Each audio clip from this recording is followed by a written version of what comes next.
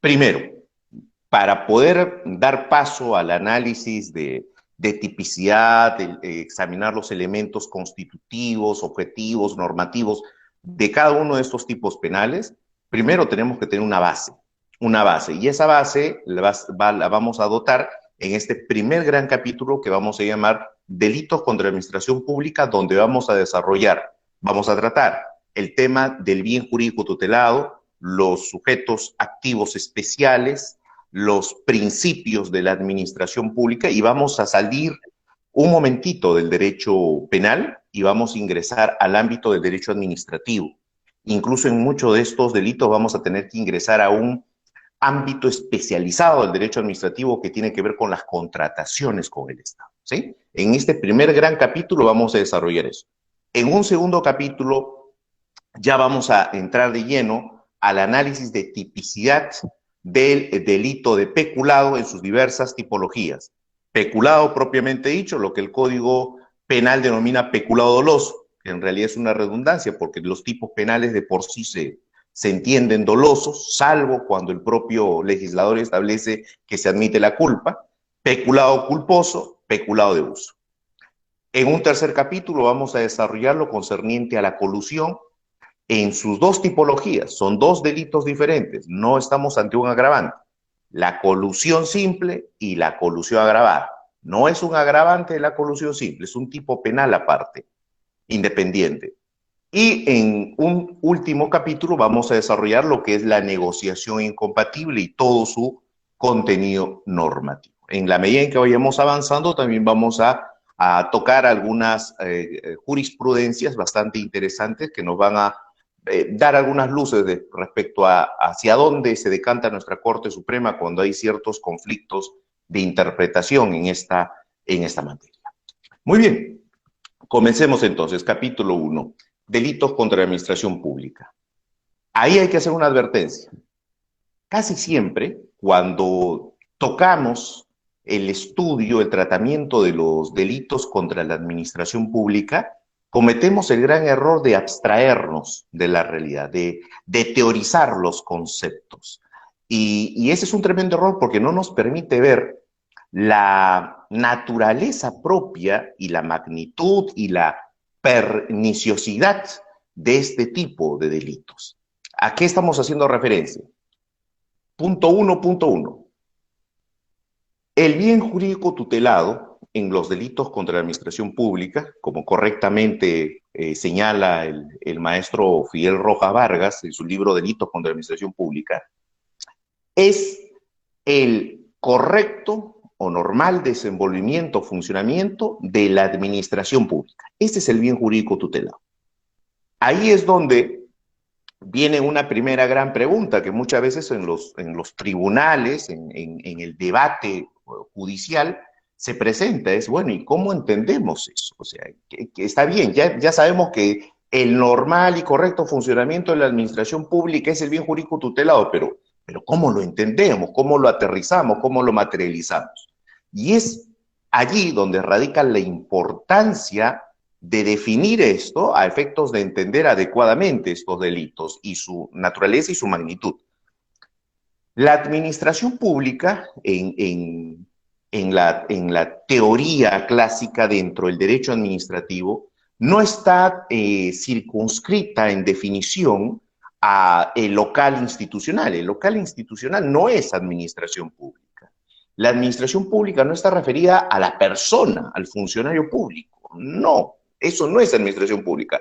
La carpeta, no, eso no es administración pública. El escritorio, no, eso no es administración pública.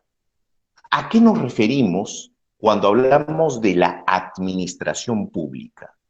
Es el conjunto de actividades, mire qué definición tan amplia, es el conjunto de actividades que se encuentran previamente reguladas y que están a cargo de diversos organismos, entidades, direcciones, divisiones, jefaturas, que por encargo de agentes públicos, funcionarios o servidores públicos, desarrollan un objetivo común. ¿Cuál es? El servicio público.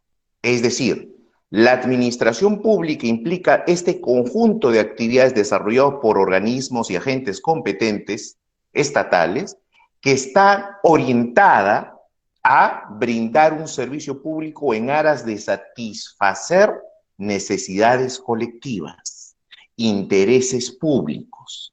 La administración pública entendida así entonces tiene varios conceptos aparejados: funcionario público o servidor público, función pública, servicio público, interés colectivo o interés público. Si es que el Estado no desarrollara administración pública, el Estado no tendría razón de ser. El Estado entendido como la organización jurídica y políticamente organizada no tendría razón de ser si es que a ese grupo humano del cual somos parte, ese Estado no le diera servicios, no cubriera sus necesidades básicas, sus requerimientos necesarios para desarrollar una convivencia pacífica, tranquila, y frente al conflicto, darle solución. La administración pública está para eso. Y un ejemplo claro de esto es la estructura estatal que tenemos. El Estado peruano, dentro de sus tres poderes clásicos, ejecutivo, legislativo, judicial, más todo el conjunto de órganos, organismos constitucionalmente autónomos, todos tienen por misión y visión el desarrollo de la función pública en aras de satisfacer el servicio público. Poder Ejecutivo, orientado a dictar las políticas, las guías de desarrollo en sectores vitales: salud, vivienda, construcción, economía, trabajo, ¿sí? Seguridad, etcétera. Y por eso es que tenemos Ministerio de Salud, Ministerio de Educación, Ministerio de Economía, en fin, cada entidad está orientada a brindar el servicio público. Poder Judicial. El Poder Judicial, en toda su estructura, en todo su organigrama, tiene por finalidad resolver o dilucidar las incertidumbres jurídicas, los conflictos de relevancia legal, jurídica, que en sociedad se presentan. ¿Para qué?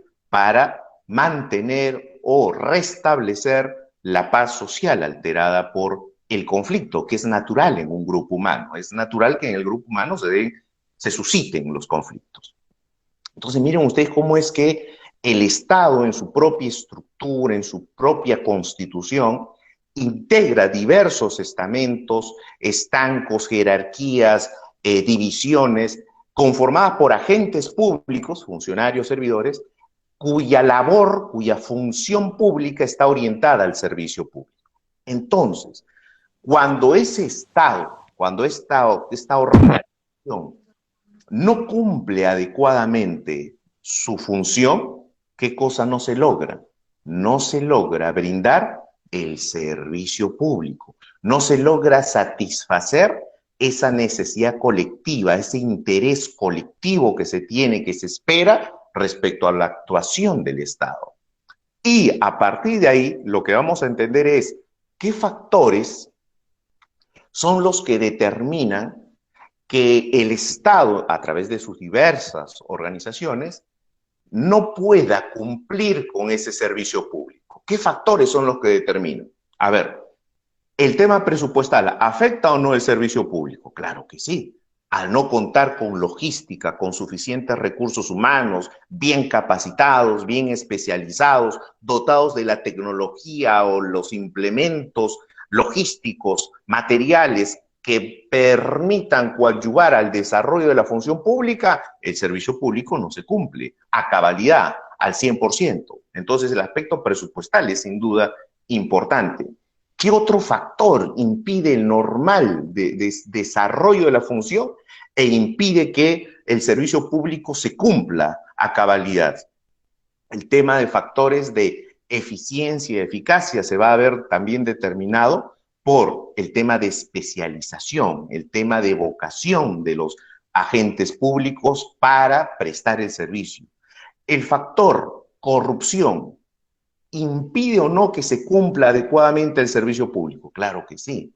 El interés público, el interés colectivo se ve seriamente afectado por actos de corrupción al interior de la administración pública. Explicamos.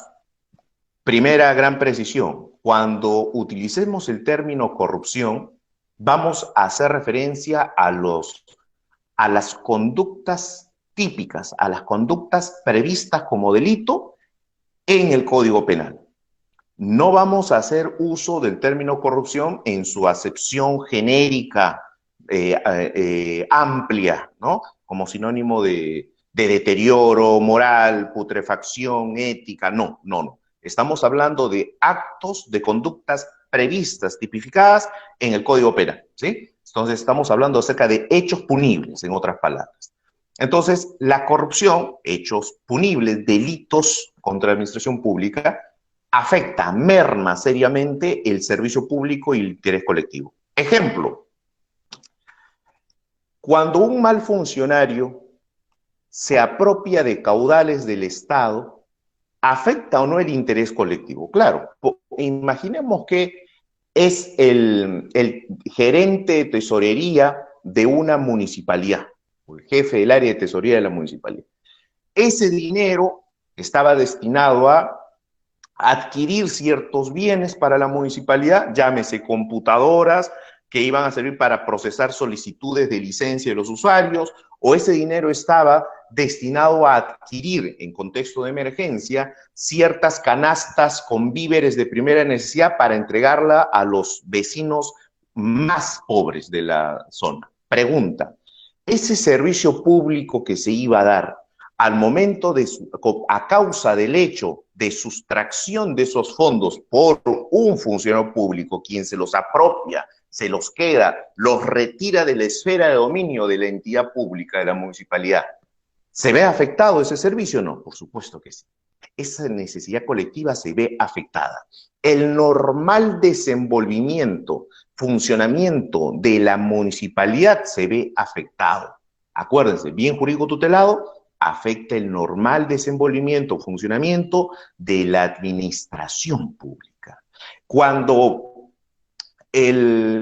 los miembros del comité de selección de un gobierno regional, de un ministerio, de una entidad pública, que están a cargo del procedimiento de contratación, buscando una empresa que brinde el servicio de remodelación de una avenida, de una calle, de una carretera, se coluden con cualquier empresario y le dicen, oye empresario, te voy a dar a ti el contrato, me hizo un contrato de 200.000 soles para que me hagas esta carretera, pero de esos 200.000 soles, ya que yo te voy a dar ese contrato y te vas a beneficiar con esos ingresos, dame el 10% o el 15%. En base a ese pacto, evaluando solo ello, este comité le da esta obra a esta empresa. Esa empresa, como quiere recuperar su dinero, ese 10% que ha dado como coima, dice, no voy a poner el material de mejor calidad como me venían exigiendo en el contrato. Voy a inflar precios, voy a sobrevaluar materiales. Y entonces construye la carretera, pero le mete el peor material, el material más barato, el que no reunía los términos exigidos. Y a los 2 meses esa carretera se quiebra, se abre, se parte, resulta intransitable. Pregunto, ¿el servicio público se afectó o no? ¿El interés de esa localidad, de esa ciudad, para transitar, para desplazarse con fines educativos, de comercio, etcétera, se ve afectado o no? Sí. El desempeño de la entidad, de este gobierno regional, de esta entidad pública, ¿se ve afectado o no? ¿El servicio que brinda es un servicio deficiente o no? Claro que sí. Miren ustedes cómo es que los actos de corrupción terminan afectando el servicio público, la función pública. Y es por ello que el bien jurídico tutelado, correctamente establecido, genérico es para todos los delitos contra la administración pública, la afectación al correcto y normal desenvolvimiento de la administración pública. Bien jurídico tutelado genérico. Ahora, cada delito tiene un bien jurídico tutelado específico. Cada delito. El bien jurídico tutelado en el delito de peculado no es lo mismo que el bien jurídico tutelado en el delito de negociación incompatible o en enriquecimiento ilícito o en tráfico de influencia. Cada delito tiene un bien jurídico tutelado específico. 1.2. El sujeto activo. Estos delitos, delitos contra la administración pública, tienen, por regla general, sujeto activo especial. Esto es, no es cualquier persona quien comete los delitos contra la administración pública.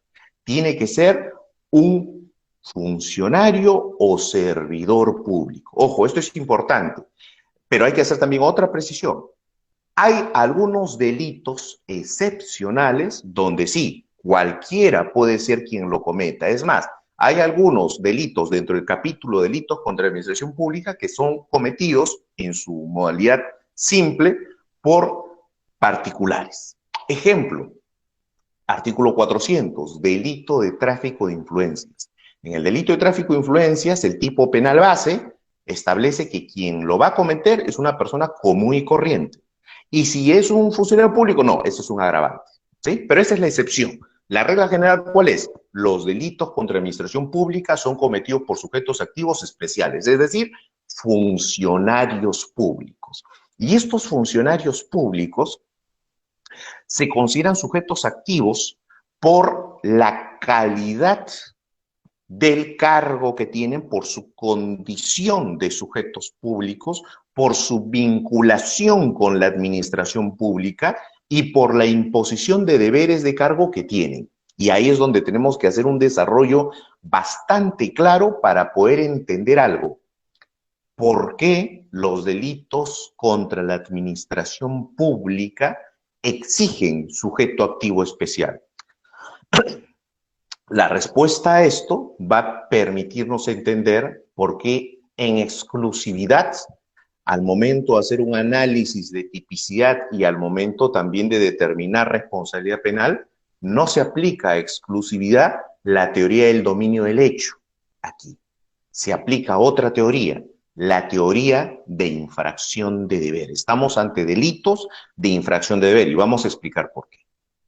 El sujeto público, el funcionario, servidor público, llegan al cargo a través de diversas vías, sean elección popular, voto democrático, llámese presidente de la República, congresistas, alcaldes provinciales, distritales, gobernadores regionales, ¿sí? Llegan por voto popular, por elección.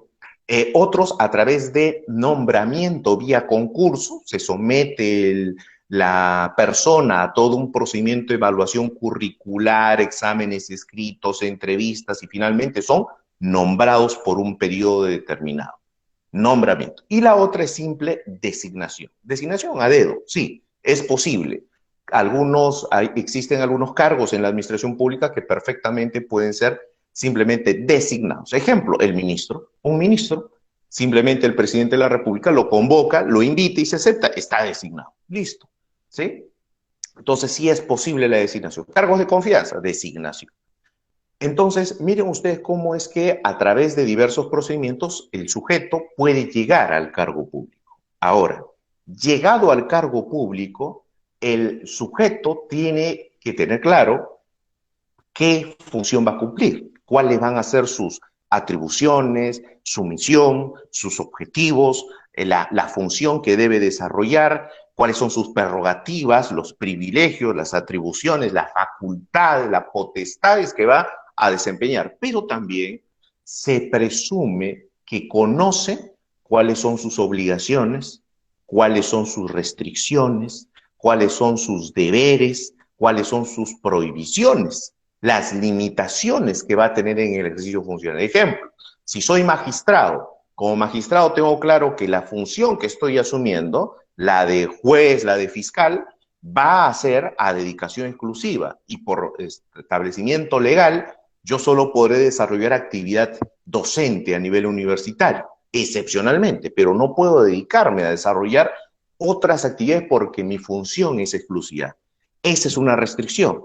Esa es una limitación, aparte obviamente de los poderes que tiene el cargo, ¿sí? Entonces, el funcionario, la persona que asume el cargo de sujeto público, de funcionario servidor público, tiene que entender las funciones, las atribuciones, facultades y prerrogativas, así como sus restricciones, prohibiciones, limitaciones y deberes que el cargo genera. Poder, responsabilidad. Muy bien. Bajo esta noción, entonces, algo surge.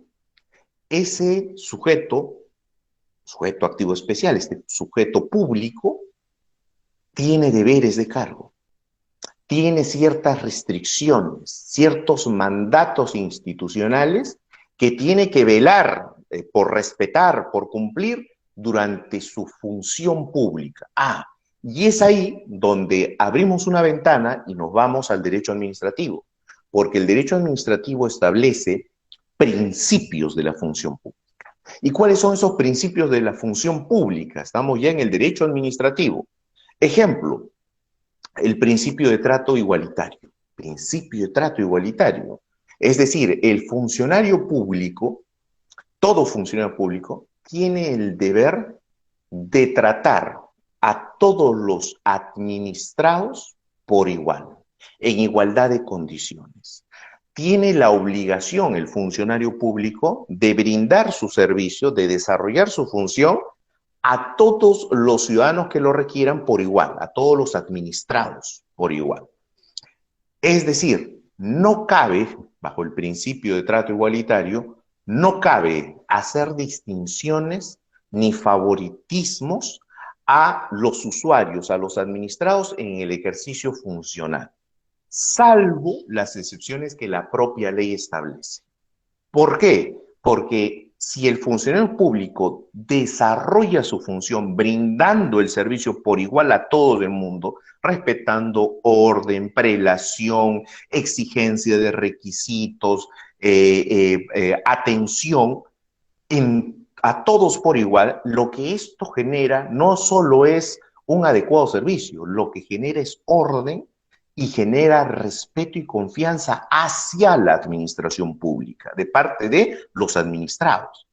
Pero cuando el usuario, los administrados, aprecian que un funcionario trata de manera diferente a un usuario, le da ciertos privilegios indebidos a uno de los usuarios en desmedro de sus intereses, pues ahí es donde se quiebra el orden. Se genera descontento, desazón, se pierde confianza en la administración pública. Este principio de trato igualitario es importante por eso.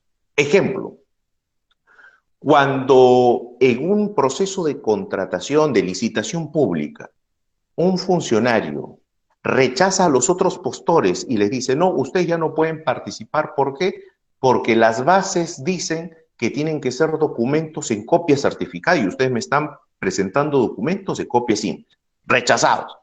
Y a uno de los otros postores le dice, no, a ver, no importa, está en copia simple su documentación, por esta vez se lo voy a hacer pasar. Principio de trato igualitario quebrado, se afecta, claro.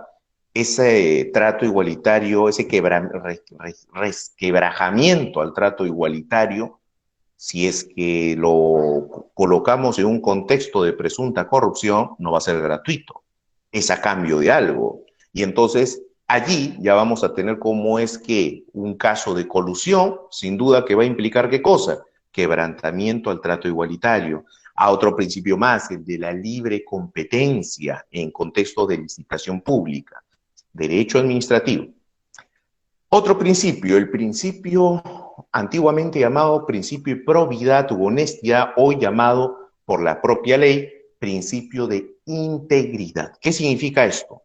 Que se exige que el funcionario público actúe, desarrolle su función pública siempre respetando valores éticos, siempre respetando el erario nacional, no tocarlo ni utilizarlo para fines personales ajenos a la función pública.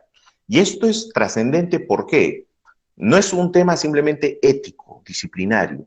Este principio es vital en la administración pública, toda vez que el sujeto activo, el funcionario público, servidor público, para desarrollar su función normalmente requiere de tener contacto con los recursos estatales, con los escritorios, con los automóviles, los vehículos, las maquinarias, las herramientas de trabajo, fondos, caudales, caja chica, dinero, partida, presupuesto. Entonces, para que la función pública pueda desarrollarse correctamente y lograr satisfacer el interés colectivo, construcción de hospitales, colegios, carreteras, remodelaciones, educación, etcétera, para lograr eso, este sujeto público que administra estos recursos y caudales, efectos, tiene que actuar con probidad.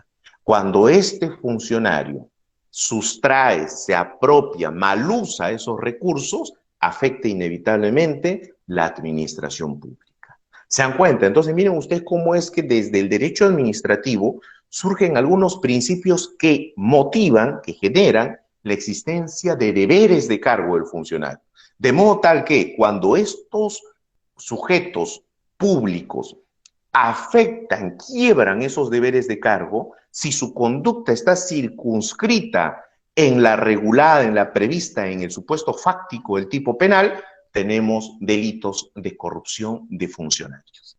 Es decir, todo delito contra la administración pública que exige que el sujeto activo sea sujeto público implica siempre afectación a deberes de cargo, sí, sí, miren, toda conducta que se adecúa, que se subsume un delito contra la administración pública de por sí implica afectación a deberes de cargo, a principios de derecho administrativo, sí, sí. Viceversa, todo quebrantamiento de los deberes de cargo de las funciones administrativas implica comisión de delito contra la administración pública, no. ¿Por qué? Porque se pueden quebrar algunos deberes de cargo, algunos deberes de función, pero no siempre la responsabilidad va a llegar a niveles penales. Puede ser una responsabilidad funcional, disciplinaria, administrativa, hasta civil, pero no siempre penal. ¿Sí? Entonces, por eso es que tenemos un procedimiento administrativo sancionador y tenemos un proceso penal. La responsabilidad es a consecuencia de quebrantamientos de deberes de función, de deberes de cargo, de principios administrativos, solo se va a dar, sí, solo sí, ese quebrantamiento figura como una conducta establecida, tipificada en el Código Penal. Punto. Y por ello es que hablamos de delitos de infracción de deber. El nivel de reproche a estos sujetos es un nivel de reproche mayor que a cualquier otro ciudadano. ¿Por qué? Por su vinculación con la administración pública, por la confianza que el Estado ha depositado en el sujeto público y por el quebrantamiento y la perniciosidad, la gravedad, lo peligroso y dañino que implica esta afectación al bien jurídico tutelado, funcionamiento de la administración pública. Listo. Con esta base, ahora sí ya podemos analizar los tipos penales que hemos establecido en el temario. Segundo punto entonces, segundo capítulo, entramos al delito de peculado. Muy bien, para ello tenemos que revisar el artículo 387 del Código Penal que regula justamente el delito de peculado. Peculado doloso, lo llama el Código Penal, reitero, eso es una redundancia, todos los tipos penales contra la administración pública se entienden, dolosos. ¿Y qué nos dice? ¿Cuál es la estructura típica de esta conducta? Nos dice, el funcionario o servidor público que, dos verbos rectores, se apropia o utiliza de cualquier forma, sea para sí o sea para otra persona, de caudales o efectos cuya percepción, administración o custodia le estaban confiados por razón del cargo. Ahí ya tenemos, miren, análisis de tipicidad.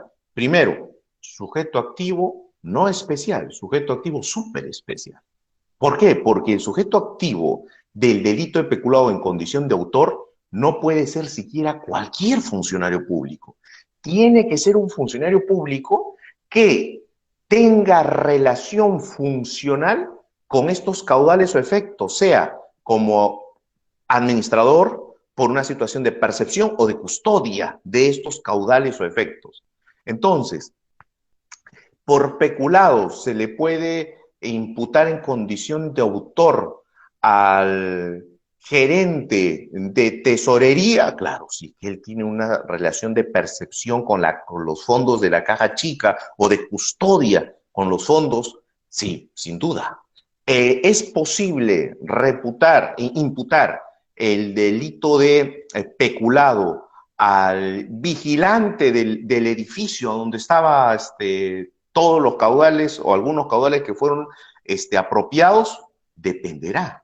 Depende. Si su rol, según el manual de organización y funciones, su reglamento interno, establecía que su única función es la de supervisar quién entra y quién sale, más no de recibir, de custodiar los bienes que están al interior, no podría darse. Contrario sensu, si es que sí es parte de su rol verificar que tener un control de todo bien que ingresa y sale, hacer un arqueo diario de todos los bienes que están dentro de la entidad, ahí sí se le podría imputar en condición de autor de este delito. Entonces, el sujeto activo en el delito de peculado es un sujeto activo especial. Pregunta: la condición de funcionario servidor público es relevante para el tipo penal? No. El sujeto activo especial puede ser funcionario o servidor público. Diferencia puntual, en simples términos, para no dedicarle muchos minutos a esto. El funcionario público es aquel que tiene poder de representación institucional, funcionario público. El funcionario público tiene poder de disposición, establece lineamientos de trabajo, establece actividades a desarrollar institucionalmente, emite decisiones sobre temas de competencia, pero el servidor público no tiene esas condiciones. El servidor público desarrolla una función pública en atención a lo que la normativa interna, los reglamentos de la institución le establecen, o en atención a las órdenes, circulares, memos que el funcionario determina. El servidor desempeña función pública acatando disposición de superiores. El funcionario, en cambio, es aquel que sí tiene ese poder de disposición. Ejemplo: asistente en función fiscal. El asistente en función fiscal puede tomar declaraciones en el despacho fiscal, puede acompañar al fiscal a alguna diligencia, alguna audiencia. El asistente de función fiscal puede proyectar disposiciones de apertura de diligencias preliminares, de formalización de investigación preparatoria, puede proyectar disposiciones de archivo, ¿sí?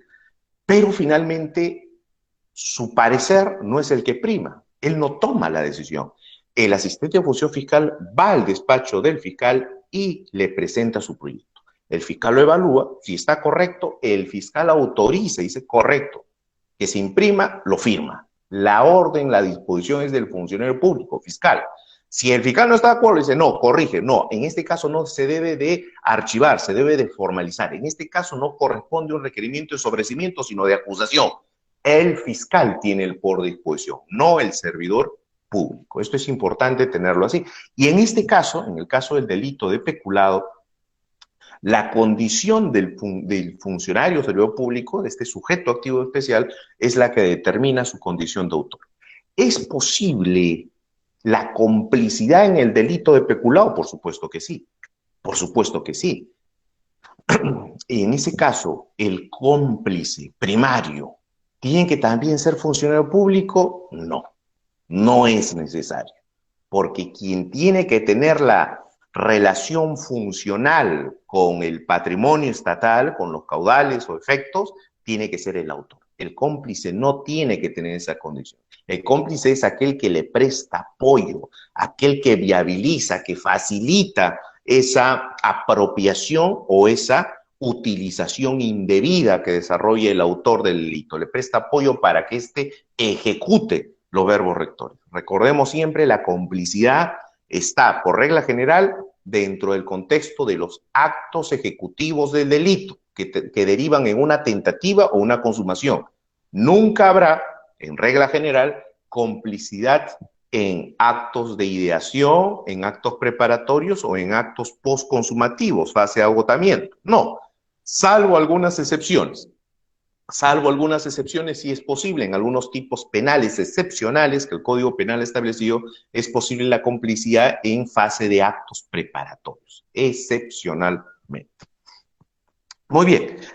Para darnos luces y para que tengamos esto bastante claro, el Acuerdo Plenario 4/2005 de la Corte Suprema hizo un desarrollo bastante detenido de este tipo penal y, por ejemplo, tocó dentro de su fundamento 7, tocó todo lo relativo a la tipicidad, partiendo del sujeto activo, esta explicación que en parte hemos desarrollado, la necesidad de la existencia funcionarial entre el cargo y los caudales o efectos, caudales, fondos, efectos, cosas, recursos. Y aquí hay algo importante que también tenemos que tener en cuenta. Nos dice que la relación funcionarial está referida a situaciones de actividades de administración, percepción o custodia. La Corte Suprema nos dice, cuando hablamos de percepción, no es otra cosa que la acción de captar o recibir, recepcionar caudales o efectos. Cuando hablamos de administración, implica funciones activas de manejo y conducción. Y cuando hablamos de custodia, nos referimos a la típica posesión con fines de protección. Ahí está. Las tres actividades vinculadas al cargo en relación a los efectos y caudales definidos. Y algo importante que la Corte Suprema también establece, los verbos rectores. Cuando en el delito de peculado se establece que el sujeto o servidor público que tiene esta relación funcional con las cosas, con los caudales o los efectos, se apropia, utiliza, hay que hacer una interpretación individual de cada uno de estos verbos rectores o conductas. ¿Por qué? Porque no son lo mismo.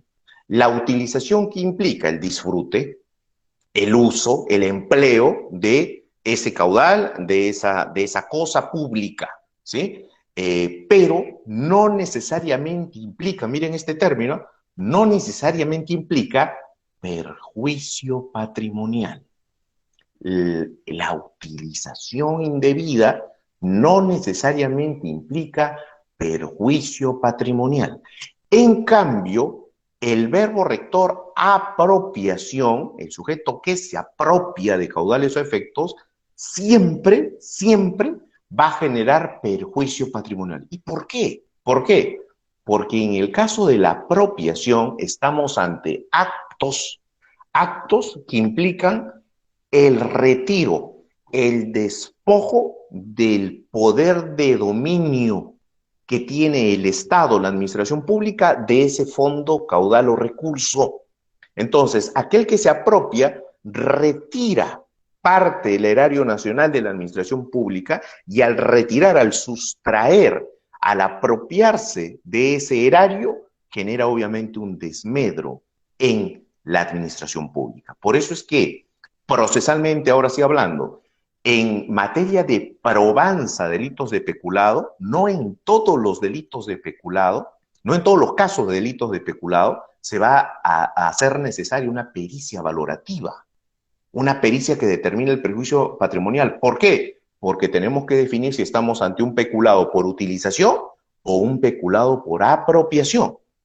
En el peculado por utilización no es necesario un perjuicio patrimonial para la configuración del delito y por lo menos y consecuentemente para la probanza del delito de peculado por utilización. En cambio, en el delito de peculado por apropiación siempre va a ser necesario contar con una pericia porque inevitablemente la apropiación, ¿qué debió generar? ¿Qué debe de generar? Un perjuicio patrimonial. Muy bien. Para ello, citamos la casación 131-2016 del Callao, que justamente desarrolla esa diferencia y la necesidad de una pericia contable en determinados supuestos del delito de peculado. Listo. Muy bien. Pasamos ahora sí al segundo tipo de peculado, el peculado. Antes de pasar al peculado culposo, un último análisis de tipicidad. El peculado regulado en el artículo 387, primer párrafo, tipo base, requiere del elemento subjetivo dolo, ¿sí? Dolo, conocimiento más voluntad, requiere sin duda.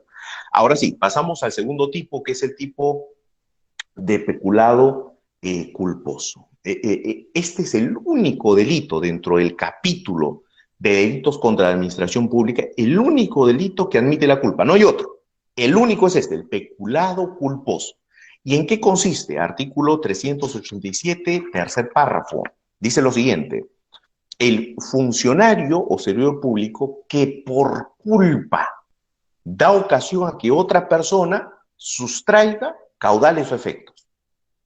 Por culpa da ocasión a que otro sustraiga caudales o efectos. Primera pregunta que nos tenemos que formular: sujeto activo. El sujeto activo tiene que ser también un sujeto activo súper especial, como en el tipo penal base de delito de peculado, aquel que tenía relación funcional por administración, percepción o custodia. En el caso del peculado culposo, ¿también tiene que tener esa relación? Sí, sí. Si para el dolo es necesaria la relación funcional, para culpa con mayor razón. El sujeto activo tiene que ser un sujeto activo súper especial, tiene que tener esa relación de percepción, administración, custodia, porque justamente su reproche va a ser que en el ejercicio de esa función, por negligencia, por culpa, por una falta de diligencia de vida, por una falta de cuidado, da ocasión a que otros sustraigan caudales o efectos. Esta es la razón de ser del delito de peculado. Dado que no estamos ante un simple descuido que termina afectando el patrimonio personal o particular del sujeto activo. No, estamos hablando de un descuido, una negligencia, una falta funcional que termina dando pie a la afectación de el patrimonio estatal, de los recursos, caudales, efectos de todos los miembros del Estado. Entonces, el nivel de cuidado que se le exige a este tipo de funcionarios es mayor, porque se busca proteger el interés colectivo, el interés estatal, el patrimonio de la colectividad. Ese es la gran justificación de este tipo penal. Sin duda que fuerte, sin duda que bastante extremo, pero tiene su razón de ser en la necesidad de que el funcionario que asume estos cargos tenga el mayor cuidado, la mayor diligencia en su ejercicio funcional. Tanto en el delito de peculado, en su tipo base, como en el delito de peculado culposo, algo que vamos a ver es que se contemplan agravantes, tanto para el peculado tipo base como para el peculado culposo, hay agravantes. ¿En qué casos, de qué dependen esos agravantes? Es decir, estas circunstancias que generan una mayor pena impuesta en supuesto de que se determine responsabilidad penal. ¿De qué depende? La calidad de los caudales o efectos. Si los caudales o efectos están destinados a fines asistenciales o a programas de apoyo, sea peculado doloso o sea peculado culposo, la pena se agrava. Es obvio, ¿no es cierto? La calidad de esta cosa pública orientada a estos fines de asistencia social, de apoyo social, sin duda le da un mayor nivel de reproche. Casos que estamos viendo en este contexto de estado de emergencia, de pandemia a nivel nacional. Si un funcionario público corrupto se apropia de los fondos que están destinados a comprar víveres, canastas, medicinas para fines asistenciales o de apoyo, obviamente en las circunstancias que se determine que cometió el delito, se le va a imputar un agravante, que es justamente este: haber recaído su conducta sobre este tipo de bienes. Para temas del delito de peculado culposo, la casación 244-2013 de Arequipa también es bastante ilustrativa al respecto, y sobre todo para justificar la punición de la culpa en el delito de peculado. Y finalmente tenemos el peculado de uso. En el caso del peculado uso, ya estamos ante un supuesto mucho más reducido de punición, en donde básicamente el funcionario o servidor público, con fines ajenos a la función, usa o permite que otro use, pero ya la cosa pública se reduce, se limita. ¿Qué cosa? Vehículos, maquinarias, herramientas de trabajo que están dentro de la esfera del Estado o que pertenece al Estado. En estos supuestos, ¿qué casos tenemos? A ver, el jefe policial que está destacado en una zona X, que tiene a su cargo personal, patrullas y demás, y que recibe la visita de un familiar. Y entonces, como él está ocupado en su trabajo, le dice al motorista, al encargado de una movilidad, una patrulla, le dice, oye, toma la movilidad y dale un paseo a mi familiar por el restaurante, por la tienda, por la playa, y luego ya retornan para acá.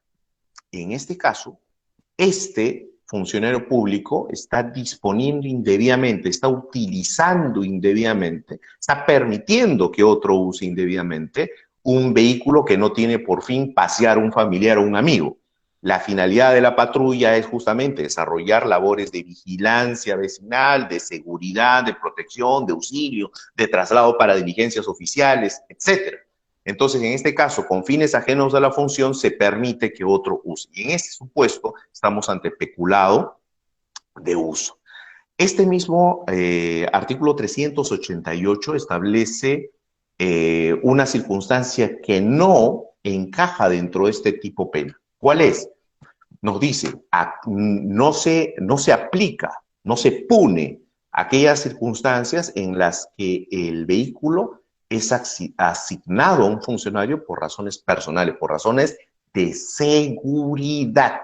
Entonces, claro, si es que el alto dignatario al que se le asigna el vehículo por razón de su cargo se ve expuesto a atentados, a ataques que ponen en riesgo su vida, su salud, entonces el vehículo se le asigna para las 24 horas, porque obviamente el atentado no va a ser solo de 8 de la mañana a 5 de la tarde, en horario de oficina. El atentado puede ser en las noches, puede ser un sábado, un domingo, entonces se permite que el vehículo sea utilizado para todas las actividades que en ese periodo va a desarrollar el funcionario. Y en ese caso, obviamente, no hay peculado de uso.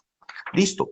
Para esto sería bueno revisar la casación 506-2013 de Puno, la casación 160-2014 del Santa, la casación 102-2016 de Lima, la casación 131-2016 de Callao, que ya la citamos, y la casación 1004 de 2017 de Moquegua. Son casaciones en donde se desarrolla con bastante detenimiento el delito de peculado. Es uno de los delitos que más interés, más debate ha generado siempre, pero que sobre todo en estadísticas es uno de los delitos más frecuentes en el Perú y le lleva mucho de distancia en frecuencia, en reiterancia, a el segundo delito, que es el delito de colusión. ¿Y esto por qué? Una explicación simple. La facilidad con la que se comete el delito de peculado. El delito de peculado se comete fácilmente porque, hemos dicho, el funcionario público, el servidor público, para cumplir su función justamente, ¿qué necesita? Tener a su disposición, en sus manos, cosa pública, recursos caudales, necesita. Y claro, en ese contexto, el mal funcionario, el mal sujeto público, ¿qué hace? Se apropia o lo mal usa. ¿Sí? Muy bien. Tercer punto. Les voy a pedir unos minutos más, ya estamos llegando ya a las 6, unos minutos más para tratar de terminar con lo que es colusión y negociación incompatible. Voy a ser tratar de ser mucho más breve en mis comentarios. Tercer punto, el delito de colusión, que es el segundo delito más frecuente en todo el Perú. El artículo 384 del Código Penal regula el delito de colusión y nos dice, el funcionario o servidor público que directa o indirectamente, por razón de su cargo, interviene en contrataciones o adquisiciones de bienes, obras, servicios, concesiones o cualquier otra operación a cargo del Estado, en simples términos, ¿qué cosa esto es? Proceso de contratación con el Estado, y que se concerta con el interesado para defraudar al Estado, colusión simple, ¿eh? Se concerta para defraudar al Estado, colusión simple. Aquí lo primero que tenemos que analizar es sujeto activo. ¿El sujeto activo es un sujeto activo especial, es decir, cualquier funcionario público nada más? No. Al igual que en el peculado, donde había un sujeto activo súper especial, en el delito de colusión hay sujeto activo súper especial, pero no por relación de percepción, custodia o administración con la cosa pública, no. En este caso, el sujeto activo es súper especial porque su cargo lo vincula directa o indirectamente con un proceso de contratación. Cuando un funcionario está vinculado directamente con un proceso de contratación, lo más clásico, lo más simple, cuando es parte del comité de selección de ese proceso de licitación pública, por ejemplo. Claro, está encargado de desarrollar el procedimiento, evaluar las propuestas, seleccionar, otorgar la buena pro. Tiene una relación directa por razón del cargo con el proceso de contratación. Cuando un funcionario está vinculado indirectamente con el proceso de contratación. Ejemplo, el caso de los alcaldes. El alcalde no tiene relación directa con el proceso de contratación, pero sí indirecta. ¿Cómo así? ¿Quién designa el comité de selección en una municipalidad? Resolución de alcaldía, el alcalde. ¿Quién firma el contrato tras la buena pro otorgada por el comité? El alcalde. Ah, ok. O sea, sí hay una relación indirecta en relación al proceso de contratación, ¿sí? Entonces, tengamos en cuenta esto para fines de tipicidad. Sujeto activo súper especial. El autor siempre será funcionario público súper especial, vinculado directa o indirectamente al proceso de contratación. Pero este delito no requiere solo de autor. Este delito no requiere solo de autor. Funcionario público, sujeto público. Este delito requiere para su configuración, para su adecuación normativa, requiere que el autor encuentre, haga coincidir su actuar con otro. ¿Ese otro quién es?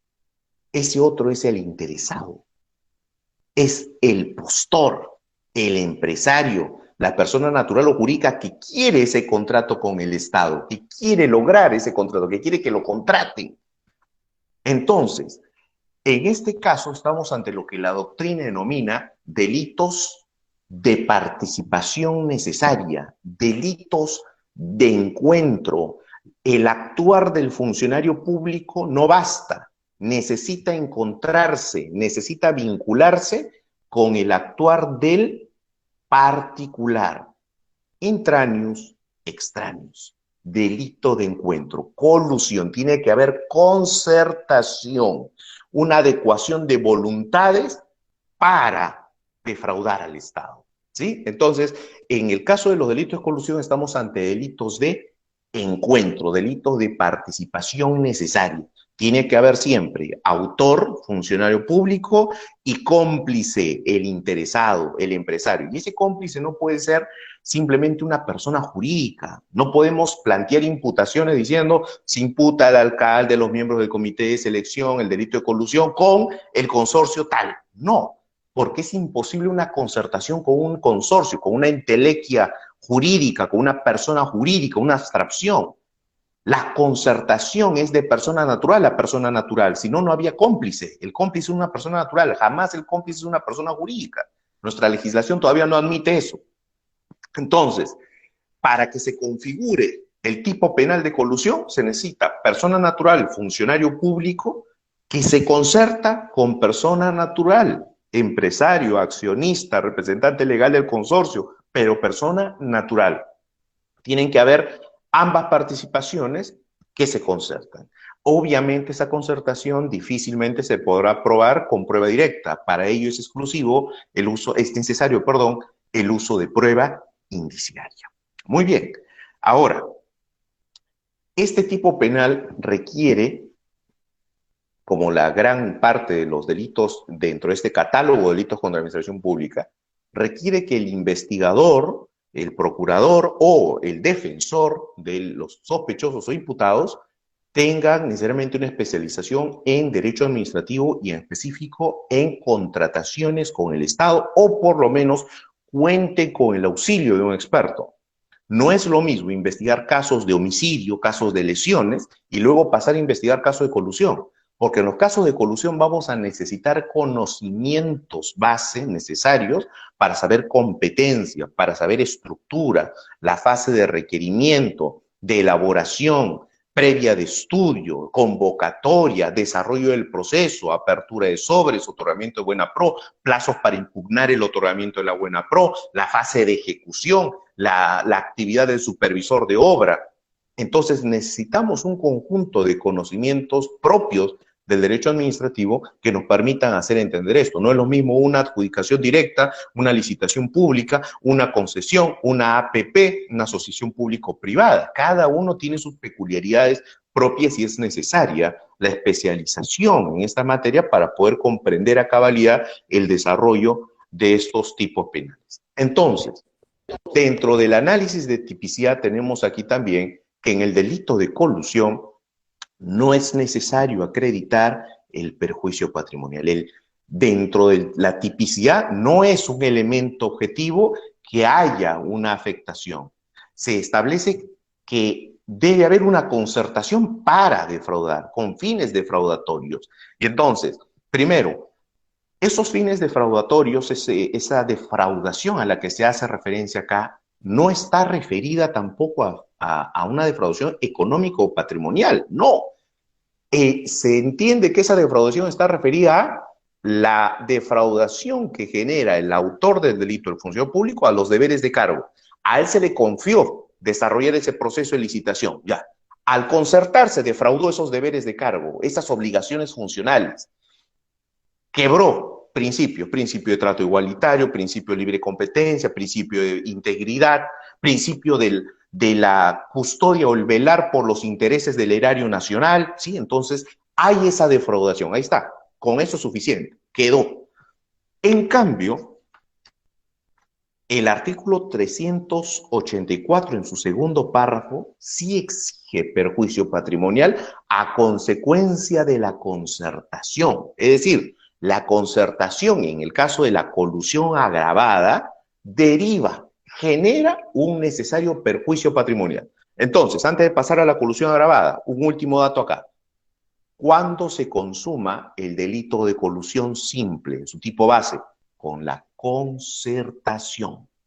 La concertación, ese acuerdo colusorio, determina la consumación del tipo base. Es decir, es un delito de mera actividad. En cambio, en el delito de colusión agravada, la concertación no consuma el delito. Se requiere algo más. A producto de la concertación tiene que presentarse un resultado. ¿Cuál es? La afectación, la defraudación patrimonial, el perjuicio patrimonial. Entonces, en el caso de la colusión agravada, no estamos ante un delito de mera actividad. Estamos ante ¿qué tipo de delito? Un delito de resultado. Y por eso la Corte Suprema ha establecido que ambos tipos penales son autónomos, son independientes, tienen una naturaleza diferente, colusión simple y colusión agravada. Ahora sí, en el caso de la colusión agravada tenemos lo mismo, sujeto activo especial, tenemos concertación con un particular, delito de encuentro, participación necesaria, autor el funcionario público, cómplice el interesado con quien se concerta. Pero justamente aquí viene el elemento nuevo, el elemento objetivo nuevo, el dato de resultado, que es el perjuicio patrimonial. Este perjuicio patrimonial obviamente va a implicar una afectación al interés colectivo. Y en este caso, ¿cuándo se puede dar una colusión con afectación patrimonial? Se otorgó la buena pro y el empresario no cumplió con los requisitos del contrato, no entregó la obra a tiempo, nunca la entregó defectuosa. Perjuicio patrimonial. ¿Sí? Esto normalmente se da en los casos de colusión, en donde solo por la coima que le da el empresario al mal funcionario, se elige al empresario, se le contrata, se le da el adelanto, el 60%, y como era una empresa de fachada, fantasma, simplemente desaparecen, y mientras la entidad pública genera un proceso de arbitraje y demás, la obra quedó ahí paralizada. El terreno donde se iba a hacer el colegio, el hospital, queda ahí baldío, abandonado, perjuicio patrimonial. Cuando se hace una carretera y se le mete material sobrevaluado, deficiente, pésima calidad, y la carretera a los meses apenas de inaugurada se quiebra, se raja, se torna inservible.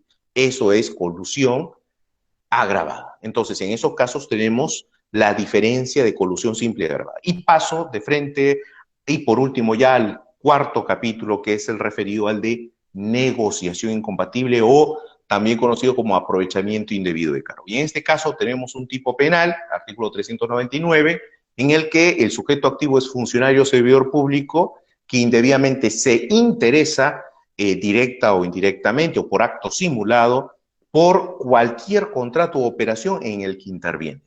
El caso ahora que está en pantalla, digamos, en coyuntura, es el famoso caso del Ministerio de Cultura, que habría contratado a una persona para desarrollar charlas motivacionales. Entonces, en ese caso, se va a tener que investigar quién es el funcionario a cargo. Recuerden, sujeto activo especial. En este caso, sujeto activo súper especial, el sujeto público se interesa en cualquier contrato en el que interviene por razón del cargo. El presidente de la República no interviene en ese contrato, ¿sí? Entonces, ¿quién es el funcionario competente para contratar en ese caso?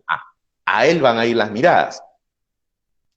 Cosa que de pronto este funcionario dice, no, pero a mí me dio la orden tal máxima autoridad. Bueno, ahí habría actos de instigación, pero no autoría propiamente. Y ese interés indebido, ¿cómo es que se tiene que manifestar? No es en el interés vinculado al servicio, es un interés indebido por favorecer, por beneficiar indebidamente. Y en la práctica, ¿cómo se califica eso? El interés indebido se puede presentar, por ejemplo, cuando la entidad jamás, nunca antes hizo ese tipo de contrataciones, cuando el que brindó ese servicio era inoficioso, era inservible, realmente no tenía ninguna utilidad para el desempeño funcional de la entidad.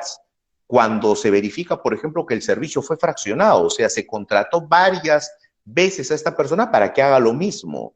Y eso es un servicio fraccionado que está prohibido y que justamente se utiliza ese fraccionamiento. ¿Por qué? Para no someter a un proceso de contratación pública, para no generar más postores y en cuyo contexto obviamente este personaje no hubiera ganado el contrato. Entonces, en esos casos estamos ante negociación incompatible. Claro está, el tipo penal de negociación incompatible, a diferencia del de colusión, no exige concertación. Por eso muchos casos empiezan como presunta colusión, pero en la marcha, cuando no se acreditó la colusión, la puesta en acuerdo colusorio, pero sí se acreditó un interés indebido del funcionario por contratar indebidamente a un postor, el tipo penal se resume en delito de negociación incompatible. Esperado este momento, me disculpo por la dilación en los minutos, el tema sin duda da para más, hay mucho más que compartir, hay mucho más jurisprudencia que debatir. Les agradezco mucho por la cordial invitación, para mí ha sido un honor y espero que lo poco que hemos podido manifestar les haya sido de mucha utilidad, les genere más interés y espero pues que se vuelva a repetir la ocasión de compartir este importante espacio académico. Muchísimas gracias a la Corte Superior de Justicia de Junín por el honor que se me ha brindado. Muchas gracias y nuestro sincero agradecimiento y la felicitación al doctor Cristian Salas Beteta, abogado especializado en Derecho Penal y Procesal Penal. Tenemos algunas preguntas de repente ahí a los que están participando a través del Meet. Si hubiera alguna consulta, por favor, de parte de quienes están participando en esta exposición. ¿Invitamos? Si hubiera alguna consulta. Estuvo muy claro desde el Meet. Aprovechando, doctor, de estos minutos, quisiera invitar a toda la comunidad jurídica, de magistrados, de jueces, de fiscales, de abogados y futuros abogados que también seguramente nos acompañan, a que sigan mis actividades, mis conferencias, clases, y ahora estoy colgando también material, diapositivas, en mi canal de YouTube y Facebook, con mi nombre, Cristian Salas Beteta. Me van a encontrar en estos canales virtuales donde fácilmente pueden descargar de manera gratuita las conferencias y el material que estoy colocando ahí. Para mí es un gusto poder justamente compartir lo poco que uno va aprendiendo en este camino, así que con el mayor de los gustos y con la mayor confianza, colegas, por favor, entren a estos canales y pueden descargar toda esta información. Perfectamente, doctor. Muchas gracias por la invitación y la invitación extendida a todos quienes están participando. Palabras finales del doctor Miguel Ángel Arias Alfaro, presidente de la Comisión de Capacitación de la Corte Superior de Justicia de Junín. Doctor Miguel Ángel, adelante, por favor. Sí, bueno, realmente reiterar el agradecimiento a nuestro ponente del día de la fecha. Ha sido una ponencia de lujo. Doctor, muchísimas gracias. De verdad que lo que ha compartido hoy día con todos quienes hemos podido escucharlo, de verdad muy satisfechos, ¿no? Porque precisamente estos delitos contra la administración pública son los que actualmente en este tema del estado de emergencia, de la pandemia, están teniendo bastante incidencia, ¿no? Entonces, doctor, le agradecemos en nombre de la Comisión de Capacitación de la Corte Superior de Justicia de Junín, quien, reiterando, está celebrando sus 100 años. Entonces, doctor, muchísimas gracias. Y ya lo vamos a estar invitando para otras ponencias porque nos ha hecho llegar una carta de ponencias muy interesantes y seguramente quienes lo hemos escuchado vamos a esperar otra ponencia de su persona. Muchísimas gracias, doctor. Muy buenas tardes y muy buenas tardes a todos quienes hoy día lo han escuchado. Gracias, doctor. Buenas tardes. Muchas gracias, muchas gracias. Gracias, doctor. Doctor Cristian, no se vaya, por favor. Acabamos de recibir la resolución administrativa 176-2020, Huancayo, 19 de junio del año 2020, que en la parte resolutiva indica lo siguiente. Artículo primero. Agradecer al ilustre jurista peruano, doctor Cristian Salas Beteta, por su participación en calidad de ponente en la conferencia magistral Delitos contra la Administración Pública, Peculado, Colusión y Negociación Incompatible, realizado el día 19 de junio del presente año. Artículo segundo, reconocer al ilustre jurista peruano, doctor Cristian Salas Beteta, por sus contribuciones a la ciencia del derecho en mérito a sus trabajos en derecho penal y procesal penal.